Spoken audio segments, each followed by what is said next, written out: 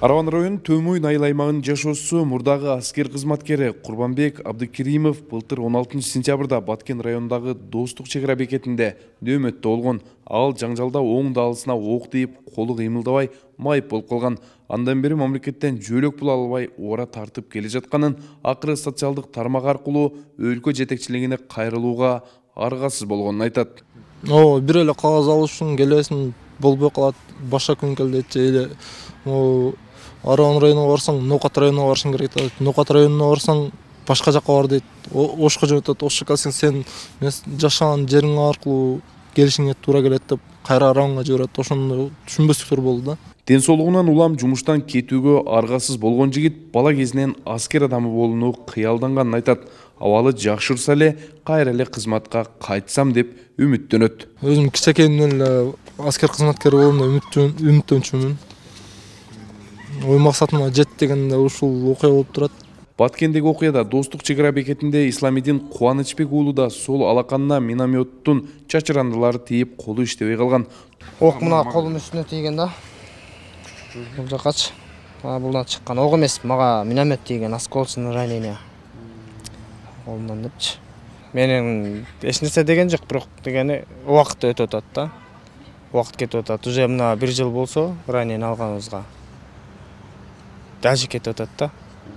Мына кел, мына айда келесиң депчи. Мейли мен мага требует эткен документациясын полный алып келип бергенден кийин да уже 1 ай өтүп атат да араданчы. Чек арада жабыркагандарты бүгүн президенттин Ош облусундагы өкүлү кабыл алды.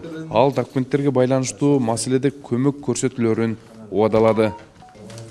Бардык маселеңер чечилет.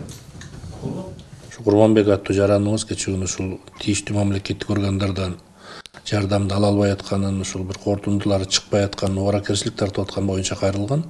Бул боюнча биздин ушу тийиштүү бөлүмгө мен тапшырма берип, мынакей бүгүн чогулуп, тийиштүү мамлекеттик администрация, ушул мамлекеттик органдар болуп сүйлөшүп, мына бир катар маселелерин чечип, ушул кошо мындай бир материалдык жардам катарында дагы өзүбүздүн фонддон каражат бөлүп бердик. Муну менен катар ушу дагы бир жараныбыз Баткен, ушу Тажикстан, Кыргызстанда коголанына катышкан дагы бир жараныбыз кошо келди. Анын дагы маселеси бар экен.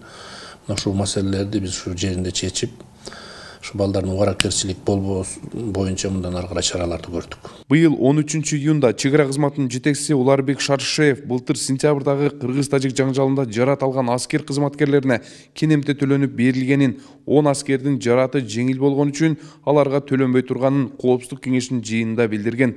Кыргыз-тажик чек арасы такталып бүтелек болгондуктан ортодо түрдүү куралдуу кагылыштар, адам өмүрүн алган каргашалуу окуялар катталып келет. Эки мамлекет 2021 жылы жана 2022 жылы ири куралдуу кагылышты баштан кечирген. Даткабек Шабданбек уулу, Жуманасыр Сапанов, Азаттык, Ош.